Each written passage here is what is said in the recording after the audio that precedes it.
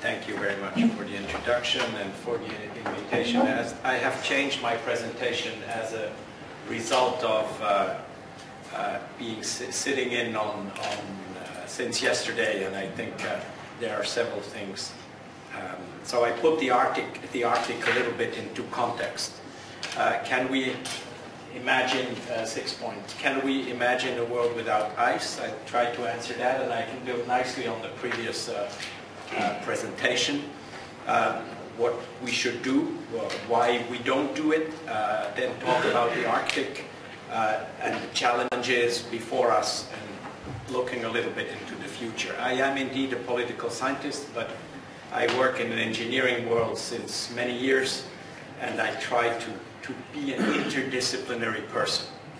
Can we imagine a world without ice? And the only good news I have today is yes, we can. We can imagine everything.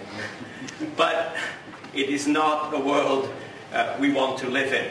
I think my predecessor has just shown all kinds of consequences that will result from global warming, from losing ice, and I think we didn't stress enough yet the accelerating process, the feedback loops that are built into all this.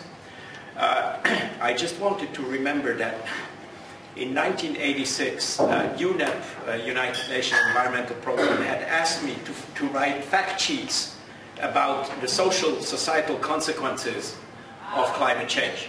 I don't think they can find them anymore, but I have them in my... and I think most of the things you say are already there. It will be an unpleasant future. It's an undesirable future. There will be mostly losers. There may be some winners, but there will be short-term winners because in the long term everybody will lose. Social consequences, psychological consequences, cultural consequences. We can go into the details, but I think you have made a good list already before. So the point is that where I want to build on is that we actually know enough to act. We do further research, but we cannot say that further research should be an excuse not to do anything. So there is enough knowledge out there to act. We also know that we should act now. That the longer we wait, the more things will get worse. And we should use the resources, the time we still have, the money we have, the energy we have, the fossil fuels we have, in order to develop alternatives. I'll come to the word alternatives in a minute. Instead of that, what are we doing? We are using these precious energy, fossil fuels, which are very, very powerful energies. We are using them for futile things. We are using, I call it wrong priorities here. We are using it already for reactive purposes. Last weekend I was in Hurricane Irene in New York.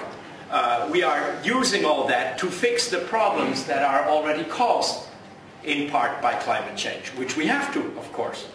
And we are using it simply to buy more time. Of course we will exploit energy return on investment, ROI. We are exploring more resources, tar sands and things like that, which consume more energy in order to explore the resources. I'm not against efficiency, but making things more efficient is just buying time. It's not really an alternative to what we actually need to do.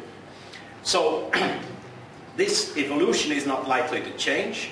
Rather, I think the opposite is the case. We will have less time, less money, less minerals, less energy for alternatives. And the reactions towards climate change, maybe that's a little bit under my US impression, but are becoming more irrational. The people who deny evolution theory, the people who deny Darwin, are now denying the existence of climate change. Okay? The existence of science in this area.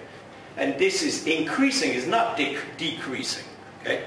And of course there's active manipulation, because all kind of actors have interest now to problematize the issue, and these actors are quite powerful. What should be done? Now maybe that's the provocative part of it. The provocative part is that we know that It's actually quite obvious. We should slow down the current dynamics of exponentially accelerating industrial development. It's actually, the picture is not from me. You may have heard of Georgescu Rögen, he's an economist who said, we're sitting in a train that goes faster and faster. We know that we will have to take a curve.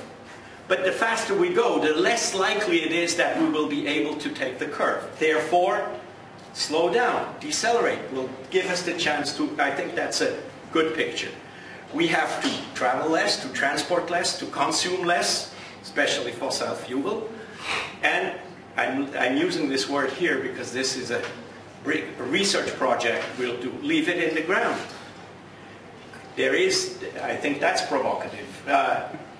Can we leave it in the ground? Can we leave the fossil fuels in the ground or the minerals in the ground? And ultimately we have to degrow, hopefully with less impact on the quality of life that we all enjoy and that other peoples want to enjoy. But if we don't do it now, we will be forced to do it in any case later. This has to be done on a global scale and of course in socially, politically acceptable ways. I'm totally mindful of the colonizing attitudes to say, you know, other countries should not develop because we have used up our resources. It must be acceptable. Maybe democratize degrowth. We should use the resources we still have, the time we have, the energy we have, the fossil fuels we have, the money we still have, the minerals, to do all this. But this is obviously not the case. We're not using it for that. Why not? We are not using this because the institutions, our institutions and institutions in institutional economics where I come from, institutions are the rules of the game. The rules of the game prevent us from doing what we should be doing. And the rules of the game, basically the big problem is they do not include the limits to growth. The rules of the games cannot anticipate that we have limits, that the train will hit the wall at some point. And I think it's most obvious on economic institutions.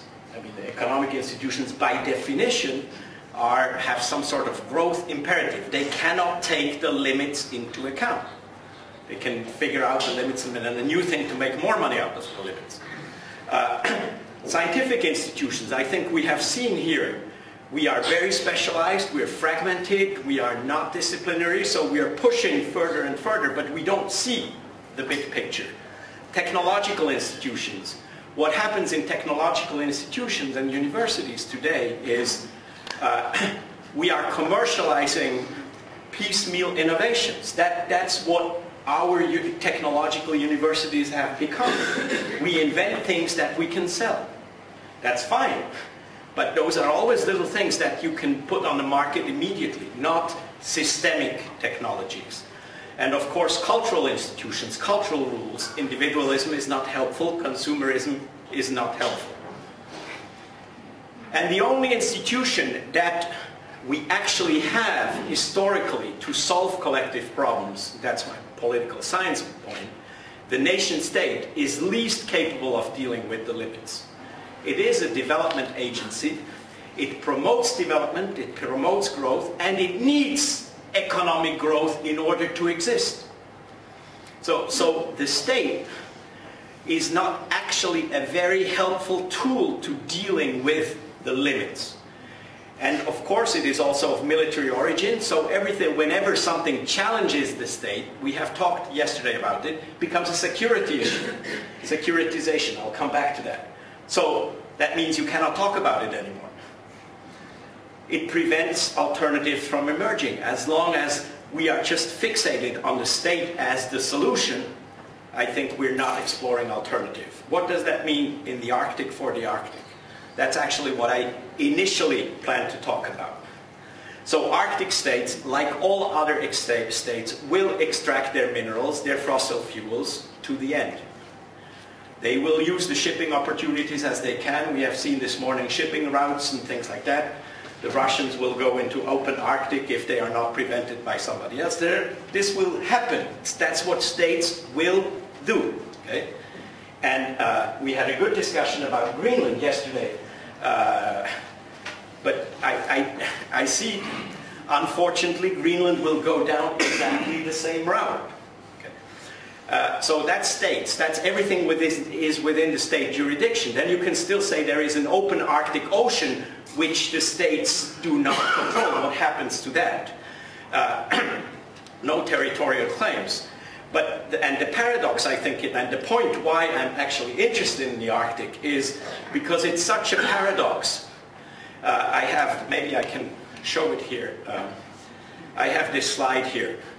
Global warming, ice will melt, and the peak oil, which is debatable as well, but the real pressure on fossil fuels will arrive at the moment, at the moment when ice will have melted enough to exploit the resources. That's the pressure that will remain on the Arctic. And Arctic is 25, 22, depending on whom you listen to, of the fossil gas and oil resources in the world. So it's a significant player. Okay, so pressure on the Arctic is mounting. Arctic is a global and a local issue. I think from all the discussions, I think we got that. And bringing in the third pole into the forum, I think, is very useful for that. It is what happens in the Arctic has global consequences. And what happens here is the result of global actions. It's the global hunger for fossil fuels. It's the global warming that actually drives what is here. So what Arctic is global. It's not a regional issue. So my original presentation on the state of the Arctic, nation state, oil and gas will be exploited, shipping will happen.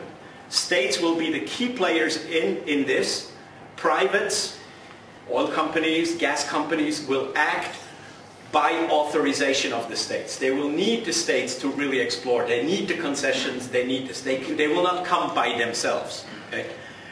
Where the state and business join hands, that's where they are really efficient. So you can see the most efficient, and you didn't say in my CV, but before that I was a professor of public enterprise, state-owned enterprise. And the ones who are really efficient are the Statoil, the Gazprom, the state-owned companies. They can take advantage of being close to the government to explore even better.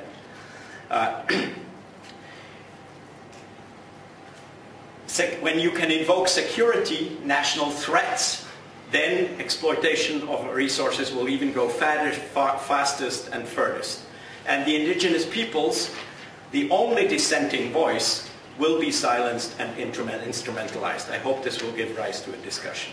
As long as states are in charge in the Arctic, and I don't see no alternative, oil and gas will be exploited, shipping routes will be developed, and there are currently no alternative institutions. 2 more slides. So very, very briefly, what I have here is sort of the challenges of industrial development over time. And I distinguish between a first phase, let's say, Second World War, the big growth period after Second World War.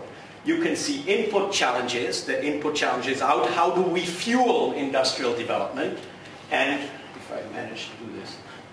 And we do this by state-owned enterprises. How do we deal with transit problems by bilateral agreements? How do we do financing of all this by public financing? We nationalize, we regulate, and environmental problems, which are the output problems of the industrial development process. We do command and control, rules and regulations, and environmental protection agencies and things like that. Then we get into the phase of globalization, the 80s. Things become globalized. The input is left to the market, so-called the market is dealing with all these issues, is producing the natural resources we need. Transit is solved by third-party access, free market sometime. Investments is solved by way of public-private partnerships, bringing in privates, things like that. We try to regulate the firms. And environmental problems are now very much market problems, voluntary problems, environmental trading systems, ETCS and things like that. And now I think we are going to a new situation, which is the phase of limits. There are input limits to growth, that's the peak oil thing, but there are physical input limits to growth in materials, in minerals, in energy, and things like that. We will see rationing. Just, I work a lot in air transport. And you know what the airlines say? Just one second. What the airlines say, we are not worried about environmental trading schemes and things like that. We are worried that we will be rationed, that they will decide how much we can actually fly.